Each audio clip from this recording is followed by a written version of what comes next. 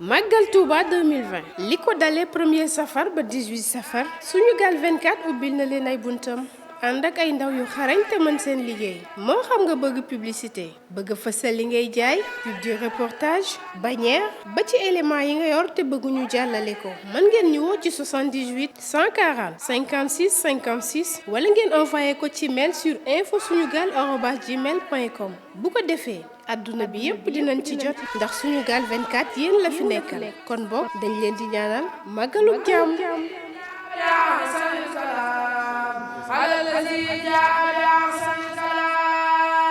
L'invité de la rédaction ñu ngi leen di dalal encore une fois di am mbégte bu baax a baax tey ji dalal suñu plateau Demba Seck moom nag mooy président mouvement MDIR mouvement pour le développement intégral de Rufisque ci ak moom nag dinañ waxtaanee lépp lu ñeel actualité nationale bi waaye tamit dinañ waxtaanee lépp loo xam ne soxal na diwaan bii di Rufisque. Demba ñu lay jaajëfal ci invitation bi ñu nangul di am mbégte di la dalal suñu plateau ñun waa Sunugal 24. waaw asalaamaaleykum Sunugal asalaamaaleykum Moustapha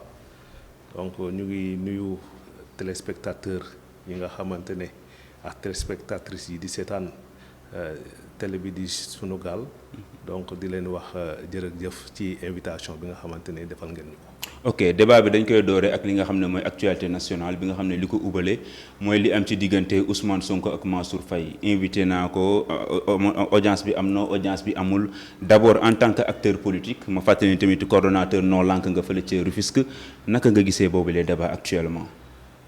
Bon, pour moi, c'est un débat de bas étage parce que ñun xaarul ñu lii ci ñi nga xamante ne ñoom ñoo jiite suñu réew mi parce que dañuy wax ni les priorités sont ailleurs. Parce que période bi ñu nekk nii dañu nekk ci période boo xamante ne période bu difficile la donc ñu nekk di confronté wu li nga xamante ne mooy inondation yi nekk ci banlieue bi. waxatuma la loolu li nga xamante ne mooy mbas mi instant yi di lëmbee àdduna bi suñu économie bi ndërmeelu donc ñu war a xool naka la ñuy def pour jooyanti loolu waaye pour fàttaloo ñu li nga xamante ne mooy jafe-jafe askan wi moo tax ñu fi indi ay indi ko Ousmane Sonko ñëw na fii Ousmane Sonko def na lii wala def na lël c'est pas ça qui nous intéresse ñun Sénégalais yi lu ñuy intéressé mooy naka la ñuy def pour que suñu dëkk bi mën a avancer gën a jëm kanam. li ñu intéressé loolu la mais est-ce que yaakaaroon na tamit wax ji bu bëree nii du Mansour Faye mi yëkkati mi soulever coow yi moom moo ko indi fii yëpp. mais déggoo li ma la wax c'est parce qu'ils veulent oublier li nga xamante ne mooy jafe-jafe askan wi parce que les politiciens ont tendance à endormir la population. mais yow bokkoo ci politiciens yooyu. man je suis un acteur de développement. donc boo xamante ne maanaam dama jug nag. pour li nga xamante ne noonu la politiciens yi di doxalee pour ñu changer la façon de faire de la politique autrement pas di wax mais politique boo xam ne da ngay def ay action anti-système. voilà non day pas anti-système sax. problème bi du système ak anti-système problème bi lan la mooy ne nekkal ci bëgg-bëgg li nga xamante ne moom la askan yu bëgg mooy nekk ci seeni jafe-jafe buñ ci nekkee nga xool naka ngay def pour génne leen ci jafe-jafe yooyu. mais boo critiqué léegi Demba nga baal ma politiciens yi ni ñuy doxalee. ba noppi ñu gis la élection présidentielle yi ñu génnoon nga dem ànd ji ak coalition Idy. est-ce que c'est pas un peu contradictoire. non c'est pas contradictoire parce que aussi mënuloo nekk ci dëkk bi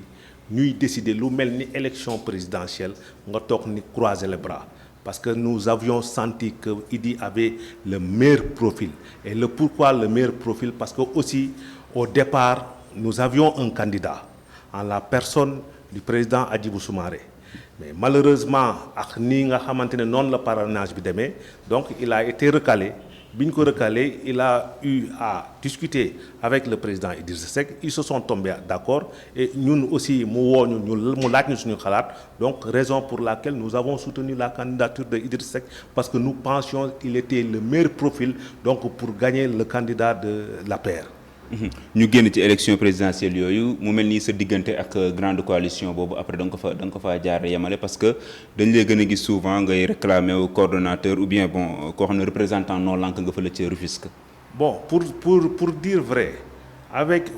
Hadjibou c'était un mouvement démocratie républicaine et république. donc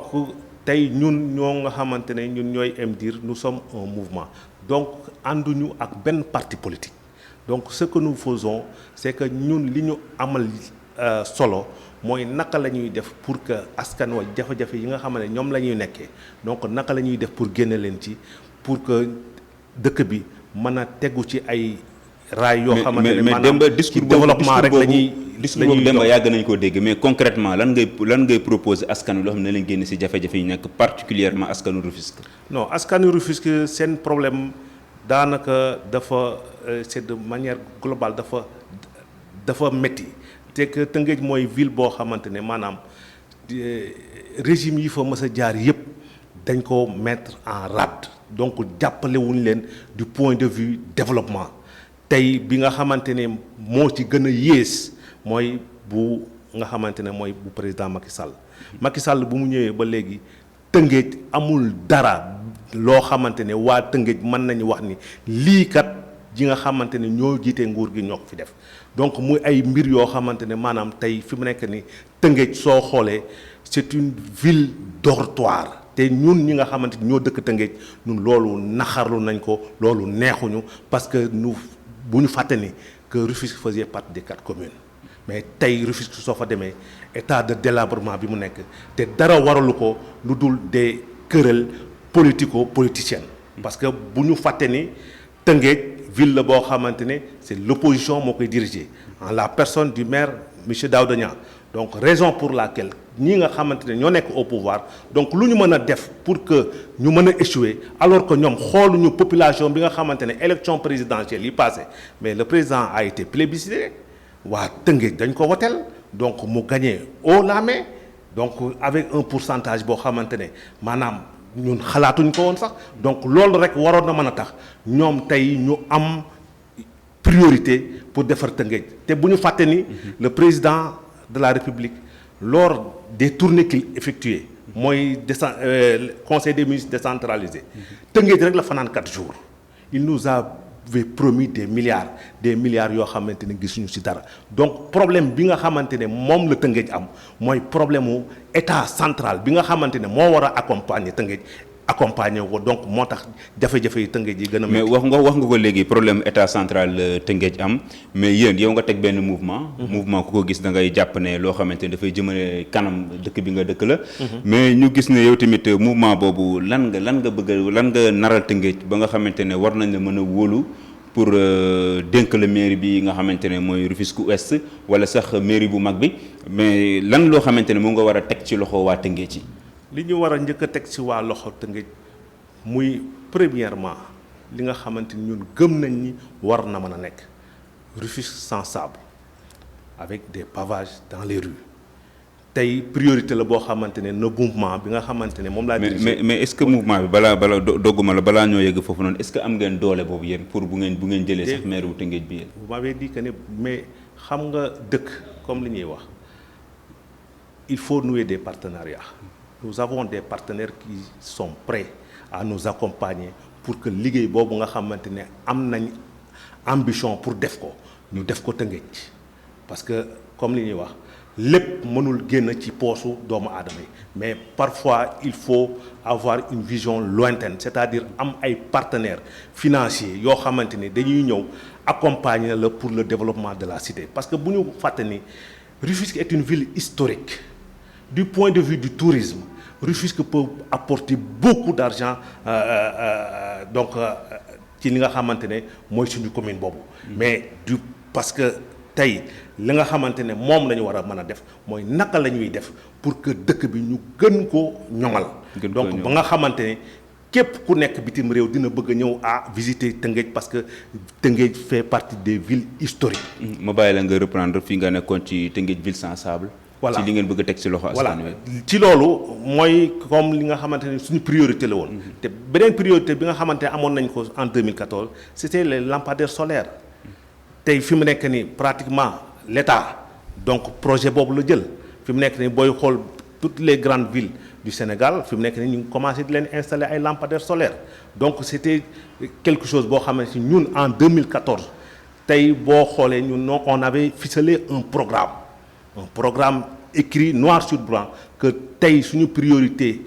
ñaar la woon c'était le pavage des rues et l'installation de lampadaires solaires dans les rues donc beneen bi bu ñu si jógee mooy li nga xamante ne ñun ça nous tient à cœur muy l'éducation surtout l'éducation publique qui est laissée en rade te bu ñu fàtte ne éducation donc surtout primaire donc domaine transféré la donc communes yi ñoo am pour di jàppale écoles yi tey ñun suñu mouvement pratiquement depuis 2014 ba jusqu'à nos jours chaque année que Dieu fait école boo xamante ne mu ngi suñu boor boobu ñun ñoo koy désherber ñoo koy toiletter ñoo koy désinfecter donc ba nga xamante ne ubbi tey jàng tey donc doon priorité ba même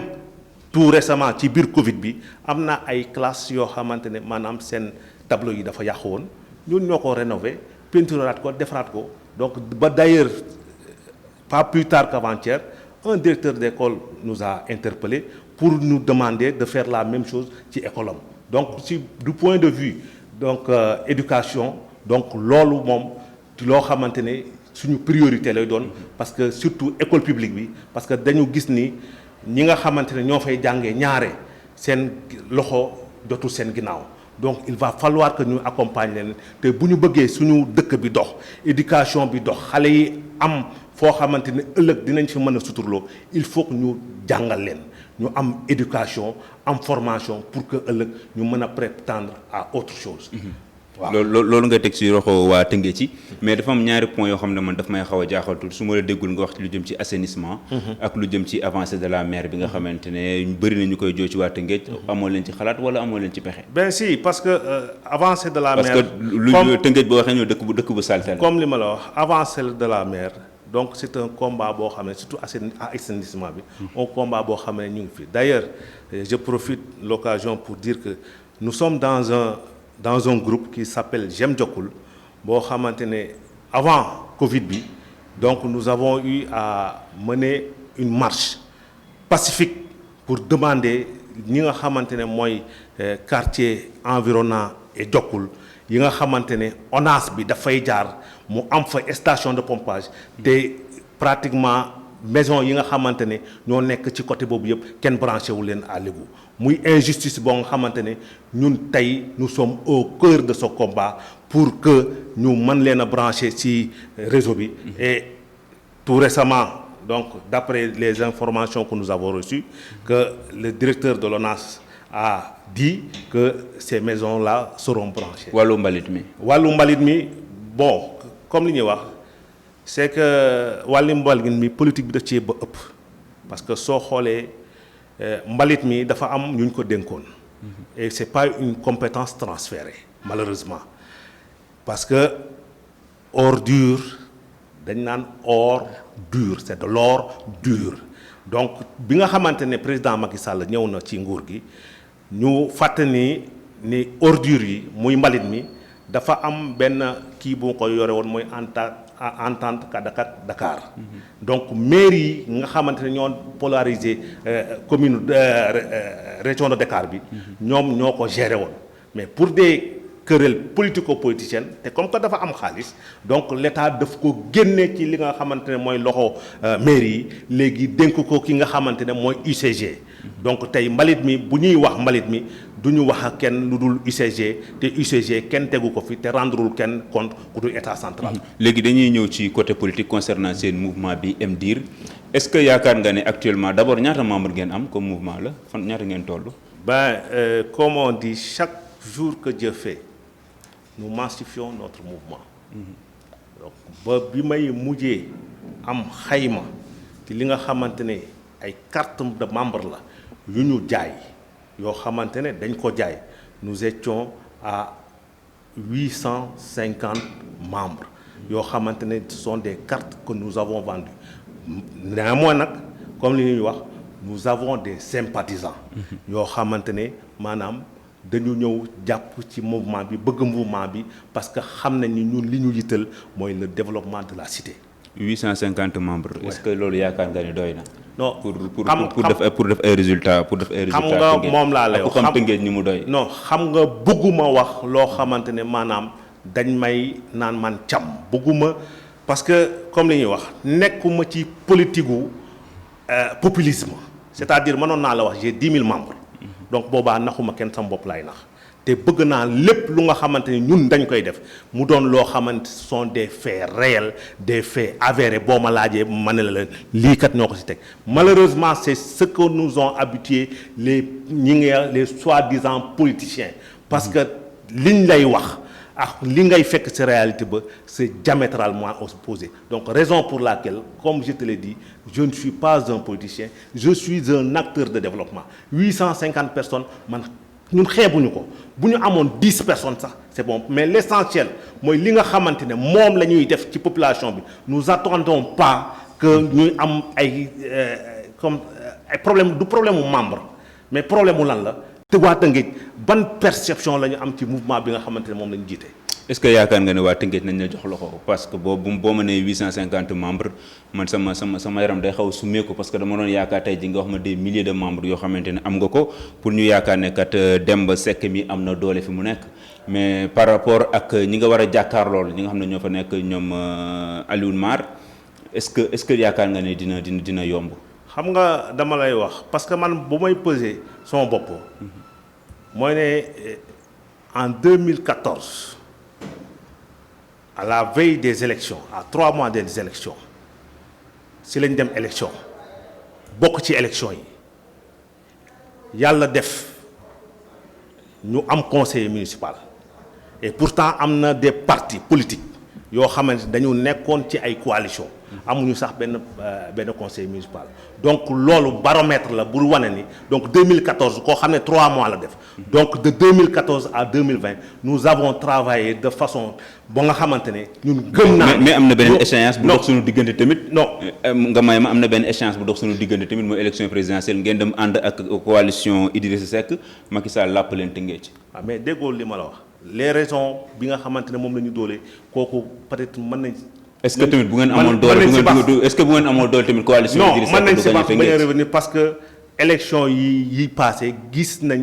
achat de conscience bi nga xam ne moom déedéet Demba loolu élection yi passé gis non Demba loolu débat de mauvais perdant la parce que élection yi passé non dama ne élection yi passé gis nañ ñoo xamante ne dañu waroon a yor seen carte jotuñ seen carte ministre de l'intérieur taxaw ne képp ku nga xamante ne président Macky Sall nga war a woteel dinaa fexe ba nga jot sa carte donc les nouveaux désolé mais débat boobu moom dañ ko romb bu yàgg léegi ñëwaat ci tu m'as demandé si xam nga soo ma demandé soo ñëwee ci élection présidentielle soo ma laajee te ma doon acteur étant coordonnateur 19 donc quelqu'un qui a participé sur le terrain gis na ma doon demee soo ma laajee dinaa la wax ne les réalités ndax sa gox yow gagné nga ko wala dañ leen a gagné non on nous a gagné waaw mi ngi noonu yow on nous a gagné non on nous a gagné mais par rapport yeneen gos yi tey man sama centre de vote c'était le seul centre de vote où l'opposition a gagné tout Rufisque le centre de vote que j'étais c'était le seul centre où l'opposition a gagné ban centre de vote la Ousseynou Diagne ok léegi ñu ñëw ci seen mouvement bi MDIR koppar yi fu muy jógee Demba am na ñoo xam ne neen Demba koppar yi kan mooy financé Demba ku nekk ci ginnaaw Demba kenn nekkul ci ginnaaw Demba Seck kenn nekkul ci ginnaaw MDIR xanaa doo ko wutee ci garab yi wala yooyu kenn wuteewu ci garab comme li ma wax y a des membres yoo xamante ne ils sont actifs mais sooy xool 90% ci li nga xamante ne moom la MDIR di fonctionner donc viennent de mes ressources mais comme li ñuy wax mais yow say ressources ku nekk sa ginnaaw. y a personne sama liggéey laa am di ñaq. di ko def ci nga xamante ne mooy askan bi donc toutes les actions que je mène et que nous le menons pour les populations donc defuñu action boo xamante ne maanaam donc dañuy xool ma sàmba ci ñun la ànd wala ma demba parce que tey am na ay làmp yoo xam ne su paanee. mais Demba ku àndul ak Demba du la dimbali ku àndul ak Demba du la dimbali boo àndee nguur gi Demba du la dimbali. boo àndee nguur non nous n'avons pas ce problème là. je vous assure et ñii nga xamante ne dëkk nañ Tëngéej xam nañ loolu man xaw ma ko ànd ak man ak ko àndul ak man. xamuma ku bokk MDIR ku bokkul ak MDIR parce que man la perception que j'ai de la politique c'est-à-dire que ni tey lépp lu ñu war a def parce que ki ma koy defal. ëllëg même bu àndulee man mën na ànd ak man. mais tey ki nga xamante ne da nga ko beddi di war a joxe di xool say nit ngay jox bàyyi keneen ki mais kooku suba boo ko soxlaa pour mu ñëw jàppale du la jàppale. donc perception boobu amuñu ko ci politique ñun perception développement la ñu am communautaire, c'est-à-dire bu ñuy def dara nous le faisons pour tout le monde donc sans exception. lan ngay tontu ñu ne Hadjibou Soumaré moo nekk ci ginnaaw Demba moo lay pomper financièrement. Non, financièrement ñi ma xam nañ ni Hadjibou pompé woon parce que c'est 2014. 2019 laa toog ak Hadjibou Soumaré donc de 2014 à 2019 il y a eu 5 ans. te ñoom ñi nga xamante ne dëkk nañ Tëngéej xam nañ ni de 2014 à 2019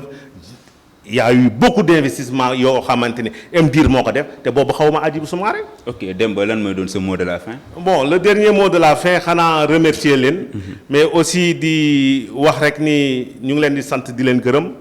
di wax waa Tëngéej que situation bi nga xamante ne moom la ñuy dund Tëngéej muy problème mu éclairage bi parce que peut-être lu ñu waroon a wax la waxuñu ko ci et aussi di wax monsieur le préfet bi nga xamante ne moo dëkk Tëngéej am na problème boo xamante ne muy camion malien yi nga xamante ne dañuy garer tout le long de la nationale pas plus tard que 2 semaines am na benn chauffeur malien boo xamante ne sur le coup lañ ko rey parce que oto moo dal ci kawam mu dee sur le coup donc bind nañ préfet donc pour wax ko pour alerter ko pour que li nga xamante ne mooy stationnement yi maliens yi di def pour ñu mën a dégager foofu. ñu koy jaajëfal bu baax a baax Demba Seck la woon président mouvement MDIR mouvement pour le développement intégral de Rufisque nekk tamit coordonnateur non lank fële ci Rufisque waaye tamit conseil municipal bu mairie Rufisque Est ñu leen di jaajëfal ci ànd bi ngeen ànd ak Sunugal 24 jaa ngeen jëf Kora moo nekkoon ci technique bi ba beneen yoon incha allah. Magal Touba 2020 li ko dalee 1er safar ba 18 safar Sunugal 24 ubbil na leen ay buntam ànd ak ay ndaw yu xarañ te mën seen liggéey moo xam nga bëgg publicité bëgg fësal li ngay jaay pub du reportage bannière ba ci élément yi nga yor te bëgguñu jàllale ko mën ngeen ñu woo ci 78 140 56 56 wala ngeen envoyé ko ci mail sur info-sunugal@gmail.com bu ko defee adduna bi yépp dinañ ci jot ndax Sunugal 24 yéen la fi nekkal kon boog dañ leen di ñaanal màggalu jàmm.